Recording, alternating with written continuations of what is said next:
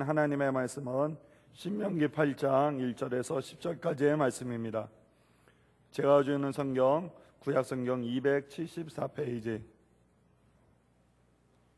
신명기 8장 1절에서 10절까지의 말씀, 1절에서 6절까지의 말씀을 봉독하도록 하겠습니다. 내가 오늘 명하는 모든 명령을 너희는 지켜 행하라. 그리하면 너희가 살고 번성하고 여호와께서 너희의 조상들에게 맹세하신 땅에 들어가서 그것을 차지하리라. 내 하나님 여호와께서 이 40년 동안에 내게 광야길을 걷게 하신 것을 기억하라. 이는 너를 낮추시며 너를 시험하사 내 마음이 어떠한지 그 명령을 지키는지 지키지 않는지 알려 하심이라. 너를 낮추시며 너를 죽이게 하시며 또 너도 알지 못하며 내 조상들도 알지 못하던 만나를 내게 먹이신 것은 사람이 떡으로만 사는 것이 아니요 여호와 입에서 나오는 모든 말씀으로 사는 줄을 내가 알게 하려 하심이니라. 이 40년 동안에 내 의복이 헤어지지 아니하였고 내 발이 부르트지 아니하였느니라. 너는 사람이 그 아들을 징계한 같이 내 하나님 여호와께서 너를 징계하시는 줄 마음에 생각하고 내 하나님 여호와의 명령을 지켜 그의 길을 따라가며 그를 경외할지니라. 아멘. 이 시간 공중실 목사님이 나오셔서 광야로 인도하신 이유라는 제목으로 하나님의 말씀을 선포하실 때 큰 은혜 받으시기를 소원합니다.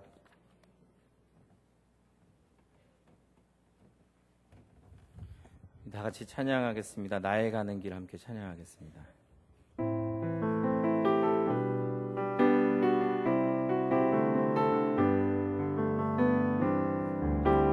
나의 가는 길 주님 인도하시네. 그는 보이지 않아도 날 위해 일하시네. 주 나의 인도자 항상 함께 하시네. 사랑과 힘 베푸시며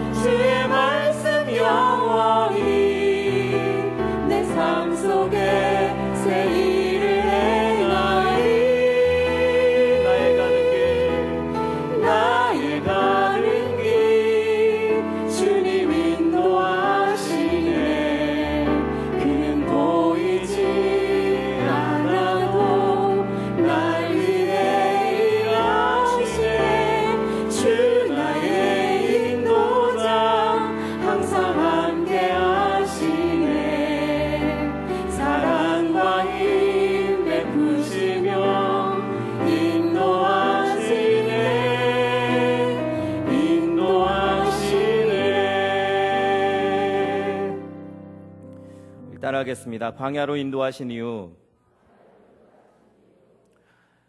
우리가 살고 있는 이 세상은 광야와 같은 세상입니다. 끊임없이 폭풍과 비바람과 또 전쟁과 싸움과 투쟁 가운데 우리가 누군가를 밟고 일어나야만 승리한다라고 말할 수 있는 그러한 세상, 속고 속이는 정말 광야와 같은 척박한 곳이 바로 우리가 살고 있는 이 세상입니다. 그런데 하나님께서는 그 광야와 같은 세상 속에서 우리들에게 놀라운 축복들을 허락해 주십니다. 마치 이스라엘 민족이 광야 길을 행할 때 그 가운데서 하나님의 놀라운 축복들을 정말 아무것도 없는 상황 속에서 공급받았던 것처럼 우리들의 삶에서도 하나님께서는 그와 같은 기적들을 경험하게 하십니다. 이스라엘 민족이 광야의 길을 행할 때 물이 없을 때 쓴 물을 단물로, 마라의 그 쓴 물을 단물로 바꾸는 놀라운 기적들이 있었습니다. 60만 명이나 되는 사람들이 광야 40년 길을 행하는 동안 굶어 죽지 않았습니다. 끊임없이 하나님께서 만나와 메추라기를 통해서 그들에게 풍성하게 먹을 것을 공급해 주십니다. 전쟁을 할 때에도, 아말렉과의 전쟁이 있었는데 그때에도 모세가 손을 들고 기도할 때 이스라엘 민족이 승리하는 그러한 기적들을 체험합니다. 또한 하나님께서는 이스라엘 민족에게 율법이라는 약속의 말씀을 주셨습니다. 그리고 그 약속의 말씀을 지켜 행할 때 하나님의 놀라운 축복을 주시려고 약속하셨습니다. 그리고 그 약속은 지금까지 계속해서 신실하게 하나님이 지켜오시는 약속입니다. 또한 이스라엘 민족은 광야길을 행하는 동안 끊임없이 하나님과 동행했습니다. 성막을 통해서 하나님과 만날 수 있었고 하나님과 교제할 수 있었고 또 매일매일 구름 기둥과 불 기둥을 통해서 하나님의 임재를 체험합니다. 사실 광야 40년 기간 동안 하루도 그들을 떠나지 않았던 구름 기둥과 불 기둥만 보아도 우리는 너무나 감사할 것 같아요. 만약에 제가 광야길을 행하는 이스라엘 민족의 입장이었다면, 물론 정말 그렇게 행하진 않았지만 제가 만약에 성경 속에서 광야의 40년 길을 행하였다면 구름 기둥과 불 기둥만 보면서도 참 감사할 것 같은 그러한 마음이 들기는 하지만 실제로는 그렇지 않을 것 같습니다. 우리는 성경을 보면서 하나님께서 감추어 놓으신 이 축복들, 이것을 체험하면서 어떻게 그렇게 이스라엘 민족이 하나님의 뜻에 합당하지 않은 삶을 살까, 그런 생각을 수도 없이 하게 됩니다. 그리고 오늘 말씀처럼 그렇게 광야 가운데로 인도하신 하나님의 그 뜻을 깨달아 안다면, 그리고 그 하나님의 뜻을 따라 우리가 살아간다면 정말 우리의 삶에서도 하나님이 부어주시는 놀라운 축복을 광야 같은 이 세상 속에서도 체험할 수 있을 줄 믿습니다. 우리가 그와 같은 축복을 받게 되기를 주님의 이름으로 소원합니다. 하나님께서 이스라엘 민족을 광야의 길로 인도하신 이유가 무엇인가? 오늘 저와 여러분이 함께 생각해보자 하는 것이 바로 이것입니다. 하나님께서는 분명한 목적을 가지고 이스라엘 민족을 광야의 길로 인도하셨습니다. 편안한 길로 갈 수도 있었지만, 그러나 하나님께서는 굳이 광야의 길로 이스라엘을 인도하셔서 그들이 고난을 당하고 어려움을 당하게 하셨습니다. 우리 말씀 1절과 2절 말씀을 다시 한번 읽겠습니다. 시작. 내가 오늘 명하는 모든 명령을 너희는 지켜 행하라. 그리하면 너희가 살고 번성하고 여호와께서 너희의 조상들에게 맹세하신 땅에 들어가서 그것을 차지하리라. 내 하나님 여호와께서 이 40년 동안에 내게 광야길을 걷게 하신 것을 기억하라. 이는 너를 낮추시며 너를 시험하사 내 마음이 어떠한지 그 명령을 지키는지 지키지 않는지 알려 하심이라. 어떤 꼬마가 호수에서 배를 타고 있었습니다. 그런데 점점 배가 육지에서 멀리 떨어져 가는 것입니다. 꼬마가 다급한 마음이 들었습니다. 노를 저으려다가 노도 놓쳤습니다. 이제 꼼짝없이 호수 중간으로, 호수 가운데로 떠내려가게 생겼습니다. 누군가가 도와주지 않으면 절대 이 꼬마는 호수의 그 가로, 호숫가로 나올 수가 없었습니다. 그때 한 남자 어른이 지나가다가 그 모습을 보았습니다. 그리고 커다란 돌멩이를 집어서 이 꼬마가 있는 그 배의 맞은편으로, 그 반대편으로 돌을 던지기 시작합니다. 있는 힘껏 돌을 던집니다.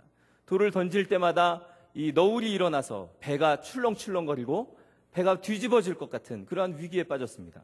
꼬마가 더 소리를 지릅니다. 아저씨 무엇 하시는 거예요? 나 빠져 죽으면 어떡하라고 돌을 계속 던지는 거냐고 따져 묻습니다. 그런데 조금 지나자 이 꼬마는 다시 육지로 올라올 수 있었습니다. 하나님께서 우리들에게 행하시는 일들, 하나님께서 우리의 삶 가운데 역사하시는 모습들을 우리가 바라볼 때 이와 같은 일들이 우리의 삶에서도 수도 없이 일어납니다. 고난의 너울이 우리에게 몰려올 때 그것이 하나님께서 내게 뜻하신 바가 있다라는 사실을 깨닫는다면 참 감사하겠지만, 그것을 모르기 때문에 우리는 항상 하나님을 원망하고 불안한 마음에 덜덜덜 떨게 되는 그러한 인생을 살 수밖에 없는 것입니다. 그런데 하나님께서 우리들에게 주시는 고난들, 그 어려움들, 광야의 길로 인도하시는 그 모든 것들은 그 안에 하나님의 축복이 감추어져 있음을 깨달으시기 바랍니다. 모든 사람들은 이 광야의 길을 저주나 고통이라고 그렇게 해석을 합니다. 사실 광야의 길은 참으로 어려운 길입니다. 눈물을 흘리며 걸어가야 하는 길입니다. 그러나 그 길을 걷는 것이 왜 축복일까요? 광야는 사막이기 때문에 또 사람이 살 수 없는 곳이라 그래서 고난과 어려움만이 기다리고 있습니다. 그러나 그 길로 가는 것이 왜 축복인가? 2절 말씀에 보면 그 이유가 왜 광야의 길을 가는 것이 축복인지에 대한 이유가 기록되어 있습니다. 다시 한번 2절 말씀 앞부분 말씀만 읽어보겠습니다. 앞에 한 문장만 시작. 내 하나님 여호와께서 이 40년 동안에 내게 광야 길을 걷게 하신 것을 기억하라. 따라하겠습니다. 하나님이 주인이신 훈련. 왜 광야의 길을 걷는 것이 축복인가? 오늘 그 2절 말씀에 나타나 있는 말씀 때문입니다. 그 한 단어 때문에. 그것은 무엇입니까? 앞부분에 나와 있는 내 하나님 여호와께서. 이 문장 때문에 광야의 길은 특별해집니다. 광야의 길을 걷게 하신 분이 누구십니까? 바로 하나님이십니다. 하나님께서 광야의 길을 걷게 하셨기 때문에 그 광야의 길은 특별해지는 것입니다. 만약에 우리가 의도해서 우리가 가고 싶어서 광야의 길을 갔다면 그것은 그냥 끊임없는 고난의 연속일 것입니다. 그러나 하나님께서 이스라엘 민족을 광야의 길로 인도하셨기 때문에 그 길은 너무나도 특별하고 또 축복의 길이 되는 것입니다. 하나님의 뜻이 어디에 있습니까? 하나님께서 우리들을 향한 계획은 어디에 있습니까? 요한복음 3장 16절 말씀해 보면 하나님이 세상을 이처럼 사랑하사 독생자를 주셨으니 이는 그를 믿는 자마다 멸망하지 않고 영생을 얻게 하려 하심이라. 하나님께서 독생자 예수 그리스도를 이 땅에 보내신 이유는 우리가 구원에 이르도록 영생에 이르도록 하기 위해서 모든 우리의 삶을 그렇게 예수 그리스도를 통해서 구원받도록 하나님의 계획이 있었습니다. 하나님께서 이스라엘 민족을 광야 길로 인도하신 것도 그 안에 하나님의 축복이 감추어져 있습니다. 선하시고 좋으신 하나님께서 이스라엘 민족들을 또한 우리들을 광야 가운데의 길로 걷게 하십니다. 하나님께서 그렇게 하셨기 때문에 그 길은 축복의 길이 되는 것임을 믿으시기 바랍니다. 비록 걸어가는 그 과정 가운데에는 어려움과 고난이 기다리고 있습니다. 그래서 어떤 때에는 눈물을 흘리고 마음 아파하고 안타까워하고 이런 일들이 반복되어질지는 모르나 하나님께서 그 길을 걷게 하셨다면 그 길은 축복입니다. 그런데 이 축복을 모르니까 이스라엘 민족은 계속해서 원망하는 삶을 삽니다. 배가 불러도 원망하고 배가 고파도 원망하고 끊임없이 원망하고 불평하는 삶을 살았습니다. 감옥에서 오랜 동안 수감 생활을 하던 한 죄수가 있었습니다. 이 사람은 자기가 불행하게 된 것이 남의 탓이라고 생각합니다. 그래서 매일매일 불평을 입에 달고 살았습니다.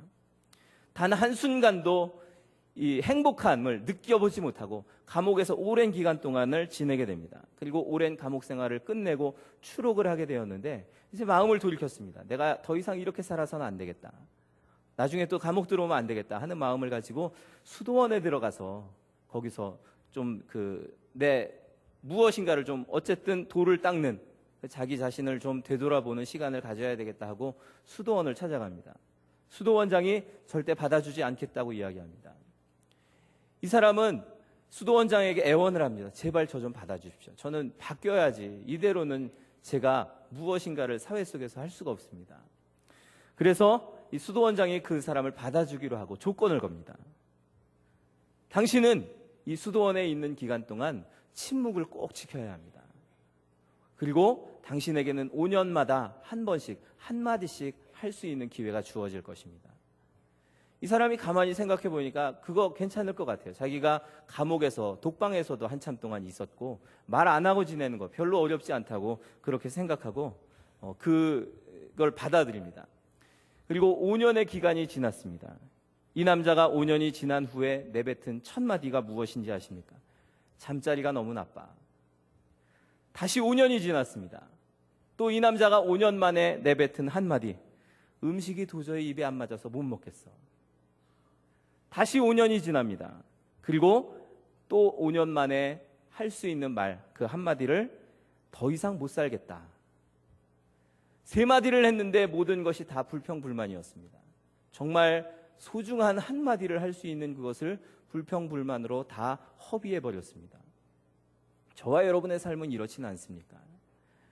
내게 주어진 나의 삶을 바라볼 때 항상 불평불만하고 또 내 입술로 하는 모든 말들이 긍정적인 말이 아니라 부정적인 말로 일관하고 있지는 않습니까?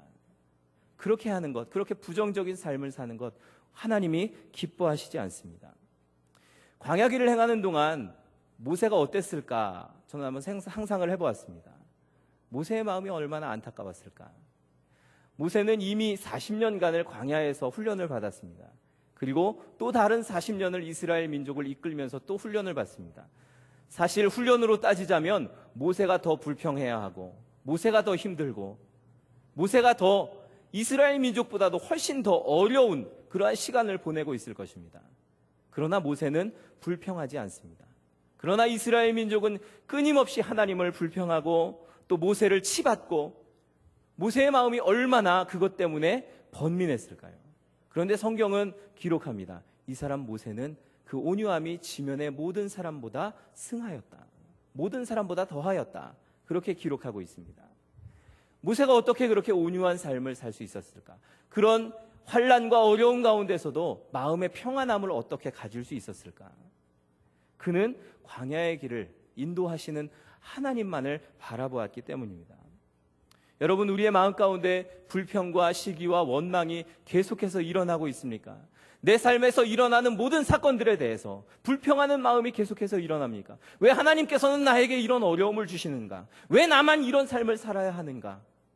그런 고통 가운데에서 하나님을 원망하고 있지는 않습니까? 그런데 여러분 한번 생각해 보십시오. 그 일을 통해서 하나님께서 내게 원하시는 것이 무엇인지 그것을 먼저 생각하고 하나님의 계획을 알 때 우리는 오히려 감사할 수 있는 것입니다. 나를 바라볼 때에는, 나의 삶의 내 중심대로 살아갈 때에는 모든 것이 불평할 것들밖에 없고 모든 것이 하나님의 잘못이라고 생각되어지지만, 그러나 내 눈을 돌려서 하나님을 바라볼 때 그 하나님의 계획을 발견하게 되면 오히려 감사할 수 있는 줄 믿습니다. 하나님께서는 이스라엘 민족을 광야 가운데로 그렇게 인도하셨습니다. 아까 말씀드렸듯이 하나님께서 인도하셨기 때문에 그 길이 참 특별해집니다. 그런데 이 기간은, 이 광야의 40년의 기간은 이스라엘 민족을 계속해서 훈련하는 그러한 기간이었습니다. 여러분, 학창시절 한번 기억해 보십시오. 학교 가는 거 좋아하셨습니까? 저는 학교 가는 게 어찌나 싫은지 다른 그 친구들, 혹시 병원에 입원한 친구들이 그렇게 부러웠어요. 병문안 갈 때마다 나도 저렇게 아파서 병원에 누워있으면 얼마나 좋을까. 그 흔한 조퇴도 한 번 하지 않고 12년 동안을 한 번도 학교를 안 빠지고 다녔습니다. 정말 지겹도록 학교에 갔어요. 그런데 나중에서야 그것이 하나님이 주신 정말 큰 축복임을 깨닫게 되었습니다. 여러분, 학교 가기 싫고 또 남자들 군대 가면 군대에서 훈련 받는 거 너무나 어렵습니다. 그것 때문에 훈련 좀 안 받았으면 좋겠다. 훈련소에서 받는 그 훈련 기간, 또 가끔 가다가 하는 뭐 연중 행사로 하는 유격 훈련이라든지 또 뭐 독수리 훈련, 이런 훈련 받으면 너무나 힘들어요. 텐트 쳐놓고 그냥 맨바닥에서 자야 하고 그런 훈련을 받으면서 얼마나 힘든지 모릅니다. 참 다행인 것은 저는 그런 훈련을 안 받고 3년 내내 편하게 지내서 군대 얘기가 나오면 아무 얘기도 할 것이 없습니다. 오죽하면은 총을 쏴보고 싶어서 소원소리로 총 쏘게 해주세요. 그래서 말년에 총 간신히 10발 쏴보고 그렇게 제대를 했습니다. 군대 같지 않은 군대를 나오게 되었는데, 뭐 해병대나 이런 곳 나온 사람들 보면 그 참 대단한 훈련들을 받습니다. 그런데 군대에서 그런 훈련을 받는 이유는 무엇입니까? 전쟁에 임할 때 어떠한 상황에도 대처할 수 있는 능력을 키우기 위해서입니다.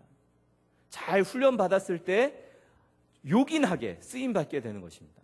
우리의 인생 가운데에서도 하나님께서 광야의 그 길을 통해서, 광야의 훈련을 통해서 우리들을 연단시키시는 이유는 우리가 그 훈련을 통해서 거듭나고 하나님의 사람으로 온전히 세워지기를 원하시는 하나님의 뜻이 감추어져 있음을 기억하십시오. 하나님은 우리가 지금 이 수준에 머물러 있기를 원치 않으십니다. 더 성숙하기를 원하십니다. 하나님께서 그렇게 매를 들고 우리들을 때리시는 모습들, 어떤 때에는 고난과 어려움 가운데로 우리들을 몰아가시는 모습 속에서 하나님의 놀라운 계획을 발견하는 저와 여러분이 되기를 소원합니다. 우리 따라하겠습니다. 겸손히 낮아지라. 광야로 인도하신 이유 두 번째는 바로 하나님의 위대한 목표, 바로 우리가 겸손해지도록 하나님께서는 광야로 인도하셨습니다. 2절 말씀 다시 한번 읽겠습니다. 시작.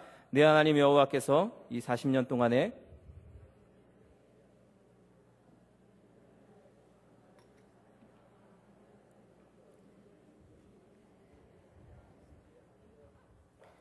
하나님께서 원하시는 것이 있습니다. 이 광야의 훈련을 통해서 첫 번째로 오늘 말씀 나온 것처럼 너를 낮추시며 겸손하게 되기를 원하셨습니다. 인생에 있어서 우리가 경험할 수 있는, 또 우리가 이룰 수 있는 가장 큰 축복은 바로 겸손입니다. 낮아지는 것입니다. 내가 낮아질 때 하나님의 축복을 받을 수 있습니다. 교만한 사람들은 어떻게 해볼 도리가 없어요. 하나님의 축복을 받을 방법이 없습니다. 빨리 교만이 꺾여야 우리는 축복을 받을 수 있는 것입니다. 저와 여러분이 낮아질 수 있기를 소원합니다. 이스라엘 민족을 낮추기 위해서는, 이스라엘 민족을 겸손하게 만들기 위해서는 광야의 그 척박한 환경 속에서 배고픔과 또 매일매일 더위와 밤의 추위와 싸우도록 짐승의 위협에서 그렇게 계속해서 위험 가운데 거하면서 하나님 한 분만 의지하는 것, 그러한 겸손함을 배우도록 하는 것이 바로 하나님께서 원하시는 일이었습니다. 낮추신다라는 말이 바로 겸손하게 만드신다라는 의미로 우리가 이해할 수 있습니다. 자기를 낮추는 사람, 그 사람을 하나님께서 사용하시는 줄 믿습니다. 교만한 자는 결코 하나님이 쓰지 않으십니다. 또한 하나님의 목적은 무엇입니까? 시험하사라는, 너를 시험하사라고 기록되어 있는데 우리들을 테스트하는 것입니다. 우리가 과연 하나님을 잘 섬기는지, 하나님의 말씀대로 사는지, 하나님을 경외하는지 그것을 시험하시려고 광야길로 인도하신다는 것입니다. 여러분, 아브라함은 끊임없는 시험 가운데 살았던 사람입니다. 마지막 하나님의 시험을, 그 테스트를 통과하였을 때, 아들을 바치는 테스트를 통과하였을 때 하나님께서 말씀하십니다. 이제야 내가 나를 사랑하는 줄 알겠다. 모든 시험을 마치는 그 순간부터 아브라함은 놀라운 축복을 경험하게 되고 또 정말 믿음의 조상으로 부끄럽지 않은 그러한 모습으로 설 수 있었습니다. 저와 여러분 가운데 일어나는 모든 시험들을 바라보면서 이것이 바로 하나님께서 나를 연단시키시고 테스트하는 것임을 기억하시기 바랍니다. 여러분, 우리가 겸손해지는 방법, 고통을 받을 때 겸손해집니다. 내가 모든 것 다 가지고 있을 때, 아무런 부족함이 없을 때에는 겸손해지지 않습니다. 물론 천성적으로 겸손하게 태어난 사람은 다르겠지만, 그러나 대부분의 사람들은, 저와 여러분 같은 사람들은 겸손해지기가 참 힘이 듭니다. 그래서 겸손해지기 위해서는 우리의 인생 가운데 고난을 만나야 합니다. 어려움을 겪어보아야 합니다. 그때야 나의 한계를 깨닫고 하나님 앞에서 나를 낮추고 겸손해지는 것입니다. 그래서 이 시험은, 광야의 시험은 나를 낮추시고 또 나를 테스트하셔서 과연 하나님을 사랑하는지, 하나님의 말씀대로 사는지를 우리의 삶 가운데 그런 그 시험을 통해서 연단시키시는 방법임을 기억하십시오. 여러분, 우리가 이 광야의 시험을 통해서 더 하나님의 사람으로 거듭남을 기억하십시오. 광야에서 여러 가지 기적들이 있었습니다. 그런데 기적을 본다고 사람들이 변화되는 것 아닙니다. 이스라엘 민족이 10가지의 재앙을 애굽 땅에서 목격하였습니다. 그리고 애굽에서 나와서 홍해의 물이 갈라지는 것을 분명히 자신들의 두 눈으로 목격합니다. 그리고 홍해를 건넜고 뒤에 따라오던 애굽 군사들은 그 물에 수장되는 것을 분명히 보았습니다. 또 매일매일 구름 기둥과 불 기둥이 이스라엘 민족을 이끌어가는 것을 경험합니다. 만나와 메추라기를 통해서 매일매일 먹을 것을 공급해 주시는 그 하나님을 체험합니다. 그런데 이스라엘 민족의 삶은 어땠습니까? 믿음으로 충만했습니까? 아닙니다. 기적을 본다고 해서 우리에게 믿음이 생기는 것이 아닙니다. 예수님 시대에도 수많은 사람들이 예수님의 기적을 눈으로 보았습니다. 직접 체험했습니다. 예수님이 주시는 음식도 먹었습니다. 그러나 그들 가운데 믿음이 생겼습니까? 그렇지 않습니다. 오히려 예수님을 십자가에 못 박는 일에 가담하고 예수님을 욕하는 사람들이 바로 그 사람들이었습니다. 기적이 우리들에게 믿음을 주는 것이 아닙니다. 오히려 환난을 만나고 어려움과 고난 가운데에서 우리의 삶은 더 낮아지고 겸손해지며 하나님의 사람으로 거듭나게 됨을 기억하십시오. 중요한 것은 무엇입니까? 이 시험과 고난을 통해서 우리가 변하는 것입니다. 내 내면이 변화를 체험하고 하나님 앞에 온전한 사람으로 세워지는 것. 이 시험을 통해서 나의 인격이 변했는가, 내 삶이 변했는가, 이것이 중요한 것입니다. 이스라엘 민족은 40년 기간 동안 전혀 변화를 경험하지 못합니다. 왜냐하면 그들이 교만함에 빠져 있었기 때문입니다. 그들이 조금만 더 겸손해졌더라도 그들은 참으로 놀라운 변화를 경험하고 또 축복의 그러한 민족이 될 수 있었을 것입니다. 우리 따라하겠습니다. 하나님만 바라보라.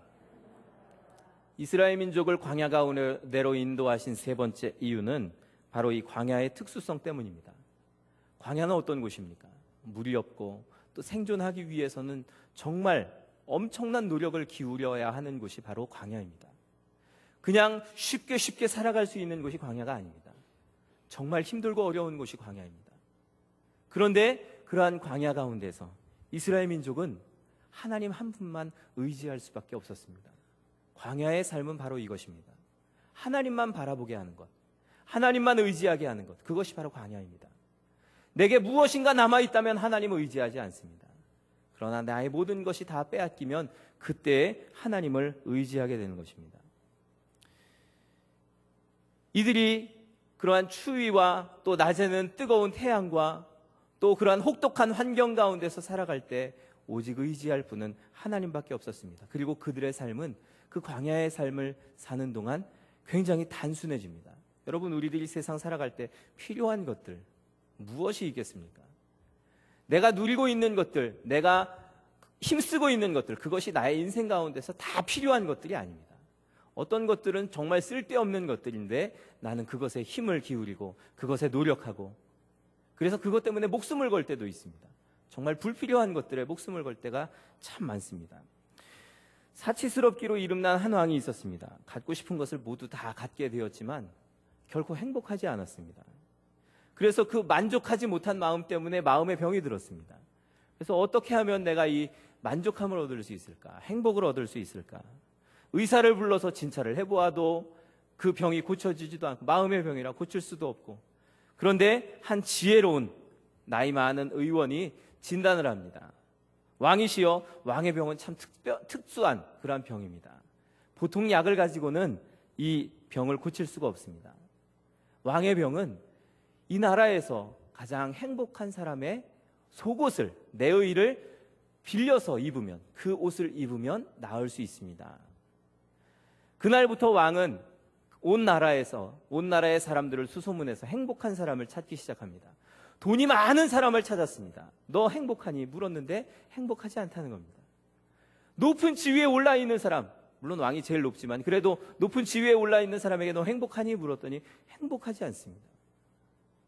명예를 가지고 있는 사람에게 물었는데도 행복하지 않습니다. 장수한 사람, 오래 산 사람에게 물어보았는데도 행복하다고 하지 않습니다. 왕이 실망을 합니다. 이곳저곳을 그러한 사람을 찾아서 돌아다니다가 실망을 하고 다시 왕궁으로 돌아오는 길에 한 목동을 만나게 되었습니다. 목동이 나무 그늘 아래에서 휘파람을 불면서 콧노래를 부르면서 그렇게 앉아있는 모습을 보았습니다. 너무나 행복해 보였습니다. 그래서 그 목동에게 가서 물어봅니다. 자네는 무엇 때문에 그렇게 행복한가? 자네 정말 행복한가? 했더니 이 목동이 네, 저는 참 행복합니다 라고 대답합니다. 그래서 이 왕이 자초지종을 설명합니다. 내가 이렇게 불행한데 행복한 사람의 속옷을 빌려 입으면 내 병이 낫는다고 하는데 자네의 속옷을 좀 빌려달라고 부탁을 합니다. 그랬더니 목동이 참 난처한 표정을 짓습니다. 왜 그런가 보았더니 이 목동이 조금 있다가 옷을 들춰보아 주는데 속옷을 입지 않고 있습니다. 그래서 왕이 이야기했습니다.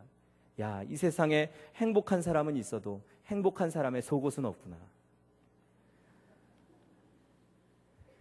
행복의 조건이 무엇일까요? 내 중심에 있는 것입니다. 많은 것을 소유하고 있는 것에 행복이 있는 것이 아니라 내 중심에 하나님이 계시면 그것이 행복합니다.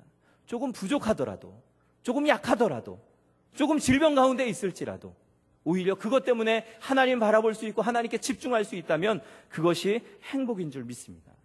3절 말씀 함께 읽겠습니다. 시작. 너를 낮추시며 너를 줄이게 하시며 또 너도 알지 못하며 내 조상들도 알지 못하던 만나를 내게 먹이신 것은 사람이 떡으로만 사는 것이 아니요 여호와의 입에서 나오는 모든 말씀으로 사는 줄을 내가 알게 하려 하심이니라. 떡으로만 산다라는 것은 무슨 의미입니까? 자기 방법대로, 자기의 의지대로 사는 것. 이것이 바로 떡으로만 사는 것을 의미합니다. 우리의 인생 가운데 내 힘으로 사는 것, 내 의지대로 사는 것, 그것을 버리고 그것이 아니라, 인생은 그것이 아니라 하나님으로 사는 것이 바로 너희의 인생이다라고 오늘 말씀 분명하게 말씀합니다. 누가 하나님의 사람입니까? 세상의 음식을 먹는 것, 자기의 힘으로 사는 것, 이러한 사람이 하나님의 사람이 아니라 바로 하나님의 말씀으로, 하나님의 뜻으로 사는 사람, 하나님과 동행하며 사는 사람이 바로 하나님의 사람이요 행복한 사람임을 기억하십시오. 따라하겠습니다. 성숙을 위하여. 광야로 인도하신 마지막 네 번째 이유는 바로 우리들을 성숙하게 하기 위해서, 우리들이 더 하나님 앞에서 온전히 세워지게 하기 위해서입니다. 요한계시록 12장 6절 말씀에 이런 말씀이 있습니다. 그 여자가 광야로 도망하며 거기서 1260일 동안 그를 양육하기 위하여 하나님께서 예비하신 곳이 있더라. 자, 광야는 양육하기 위해서 예비하신 곳이라고 그렇게 기록되어져 있습니다. 우리가 광야의 길을 행하는 이유는 바로 하나님께서 우리들을 양육하기 위해서 그곳이 예비된 곳이기 때문입니다. 고통의 길이지만, 환난의 길이지만, 어려움의 길이지만 그곳을 통해서 하나님은 우리들을 양육하십니다. 성장하게 하십니다. 성숙하게 하십니다. 돈 많은 사람이 집에서 먹을 것을 잔뜩 먹고 배부르게 등 따숩게 배 두드리면서 있는 모습, 그것이 과연 행복한 모습입니까? 조금 지나면 그 행복은 사라지게 됩니다. 그것이 행복한 것이 아니라 어떤 때에는 어려움을 만나고 환난을 만나고 역경 가운데서도 하나님과 동행하는 삶이 바로 우리의 삶에서 행복인 줄 믿습니다. 광야에서 40년 기간, 여러분 모세의 인생을 생각해 보십시오. 그가 40세 때 광야로 쫓겨갑니다. 그곳에서 40년 동안을 훈련을 받았습니다. 이제 훈련이 좀 끝났는가 싶더니 40년이 지난 이후에 하나님께서 부르셔서 또 광야로 데려가십니다. 80년을 광야에서 살았습니다. 그 오랜 기간 동안을 광야에 살면서 계속해서 훈련만 받았지만 그것이 바로 하나님의 계획임을 모세는 깨닫게 됩니다. 여러분, 모세의 모든 인생이 바로 이 광야에서 이루어졌습니다. 40년이라는 기간, 이스라엘 민족이 광야에서 40년간을 훈련을 받았는데 그 40년이라는 기간은 어떤 기간입니까? 여러분, 우리가 한 사람이 태어나서 제대로 한 사람의 역할을 하기 위해서는 한 30년 정도 걸린다고 생각해 보십시오. 그러면 이제 막 인생을 제대로 살아봐야 되겠다 하는 시간부터 시작해서 40년을 더해 보십시오. 몇 살이 됩니까? 산수 못 하십니까? 몇 살이 됩니까? 네, 씩씩거리지만 말고 좀 말씀해 보세요. 몇 살이죠? 70살입니다. 30년부터 40세 지났, 30세부터 40년 지났으니까 70살이 됩니다. 70살 되면 다 노인 되는 거예요. 모세도 40년 동안 훈련받아서 노인이 되었고 그 80세부터 40년간을 광야에서 보냈는데 자기의 인생, 청춘을 모두 광야에서 보낸 셈이 됩니다. 이것이 바로 광야의 훈련입니다. 여러분, 우리의 삶에서 훈련이 그냥 쉽게 끝난다고 생각하지 마십시오. 계속해서 이어지는 것이 우리의 삶에서의 훈련입니다. 오늘은 끝나겠지, 내일은 끝나겠지, 아닙니다. 끝나지 않습니다. 그 훈련은 우리의 평생을 두고 이루어지는 일입니다. 그러나 그 훈련의 기간이 하나님의 축복을 받는 기간임을 기억하시기 바랍니다. 이스라엘 민족은 그 훈련의 기간 동안 온전히 하나님만을 바라볼 수 있었습니다. 자신들은 알지 못했지만, 자기들은 분명하게 깨닫지 못했지만 그 기간 동안 하나님만 의지하는 그러한 온전히 성숙해지는 훈련의 기간이었습니다. 4절 말씀 보십시오. 함께 읽겠습니다. 시작.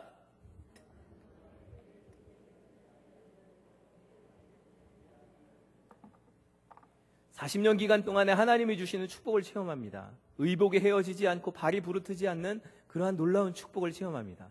깨닫지는 못했지만, 알지는 못했지만 하나님의 돌보심이 그 가운데 있었습니다.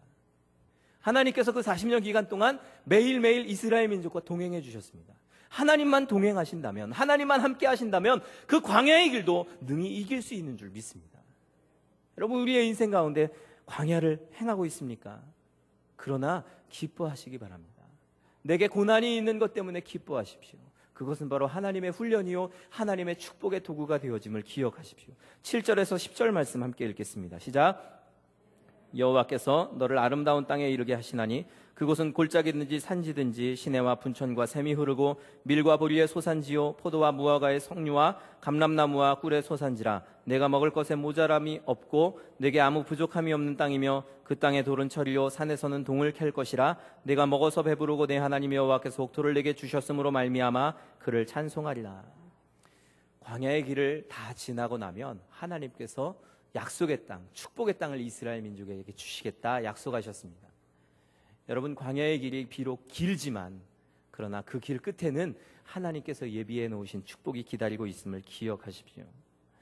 우리 8장 15절 16절 함께 다시 읽어보겠습니다. 시작. 너를 인도하여 그 광대하고 위험한 광야 곧 불뱀과 전갈이 있고 물이 없는 간조한 땅을 지나게 하셨으며 또 너를 위하여 단단한 반석에서 물을 내셨으며 네 조상들도 알지 못하던 만나를 광야에서 내게 먹이셨나니 이는 다 너를 낮추시며 너를 시험하사 마침내 내게 복을 주려 하심이었느니라. 광야의 삶의 목적이 바로 오늘 말씀에 기록되어 있습니다. 네가 알지 못하는 만나를 먹이게 하시고 그 물이 없는 땅을 지나가게 하신 그 40년간의 훈련의 기간은 너를 낮추시고 너를 시험하셔서 마침내는 내게 복을 주려고 하신 것이다 라고 말씀하고 있습니다. 여러분, 시험 가운데 있습니까? 고난과 환난 가운데 있습니까? 그것은 하나님의 특별한 계획임을 기억하십시오. 하나님의 놀라운 계획이 그 안에 있음을 기억하십시오. 저는 우리나라의 모습을 볼 때 정말 하나님의 축복이 있는 나라다라는 생각을 합니다. 우리나라가 많은 어려움들을 겪었습니다. 일제시대 때 참 어려움 가운데, 환난 가운데 신앙생활하는 것이 참 어렵고 많은 이들이 순교하고 눈물을 흘리는 그러한 기간들이 있었습니다. 그리고 그때 신앙을 잘 지킨 사람들, 그리고 신앙으로 살았던 사람들, 그리고 그렇게 하나님 앞에 부르짖었던 사람들을 통해서 하나님께서는 우리나라에 정말 큰 축복을 주십니다. 우리나라가 한참 어렵게 살 70년대 그때에 많은 이들이 교회에서 하나님 앞에 부르짖어 기도했습니다. 그리고 그때 눈물로 하나님 앞에 헌신하는 많은 분들의 헌신이 있었습니다. 그 헌신 때문에, 그 기도 때문에 하나님은 우리나라에 큰 축복을 주셨습니다. 우리나라가 또 97년도에 IMF를 만나게 되었습니다. 그때 어려움을 당하면서 많은 성도들이 눈물을 흘리며 하나님 앞에 기도했습니다. 또 몇 년 전에도 세계 경제 공황 속에서 우리 성도들이 그 어려운 상황을 놓고 하나님 앞에 부르짖어 기도했습니다. 하나님께서 우리나라에 그런 환난을 주시는 이유가 무엇입니까? 그러한 어려움을 겪게 하시는 이유가 무엇입니까? 바로 이 광야의 훈련입니다. 우리나라를 통해서 더 많은 민족이 복을 받고 또 하나님의 도구로, 우리나라가 축복의 도구로 쓰임받게 하기 위해서 하나님은 우리나라에 환난을 허락하신 것입니다. 이러한 환난을 만날 때 그것 때문에 우리의 마음이 안타깝고 또 어떤 때에는 그것이 끝이 보이지 않을지는 몰라도 그러나 기뻐하시기 바랍니다. 환난을 만나는 것, 그것은 하나님의 더 깊은 뜻이 있습니다. 얼마 전에 평창 동계올림픽을 개최한다고 그 발표가 났습니다. 그 모습을 보면서 많은 사람들이 기쁨의 눈물을 흘렸는데 이 일도 하나님께서 우리나라에 주시는 큰 축복 가운데 하나입니다. 어려움을 겪었던 우리나라에 더 큰 축복을 주십니다. 그렇다고 해서 또 다른 환난이 우리나라에 없겠느냐? 아닙니다. 또 다른 환난이 있을 것입니다. 또 다른 훈련들이 우리 앞에 있을 것입니다. 고난과 어려움을 겪게 될 것입니다. 그러나 그것을 능히 이길 수 있음은 바로 그 모든 고난과 훈련은 하나님의 계획 아래 있기 때문입니다. 하나님께서 그 모든 것을 붙잡고 계시기 때문입니다. 여러분, 하나님을 신뢰하십시오. 나의 인생을 훈련시키시는 그 하나님을 신뢰하고 우리의 삶에서 만나는 환난 가운데 낙심하지 마시기 바랍니다. 항상 소망을 가지고 주님만을 바라보십시오. 그렇게 할 때 우리는 온전히 하나님의 사람으로 거듭날 수 있고 이 광야의 학교, 광야의 훈련을 통해서 우리는 새롭게 거듭나게 될 것입니다. 온전히 하나님의 사람으로 세워질 것입니다. 저와 여러분이 이와 같은 축복을 체험하는 삶이 되기를 주님의 이름으로 소원합니다. 우리 아까 찬양했던 나의 가는 길 함께 찬양하고 통성으로 기도하겠습니다. 기도하실 때 오늘 말씀을 기억하면서 주님, 우리가 이 광야의 환난을 또 우리의 삶에서 만나는 시험들을 잘 이길 수 있도록 잘 견뎌내게 하시옵소서. 그리고 그러한 환난을 통해서, 시험을 통해서 하나님이 주시는 축복을 체험케 하소서. 그렇게 통성으로 기도하도록 하겠습니다.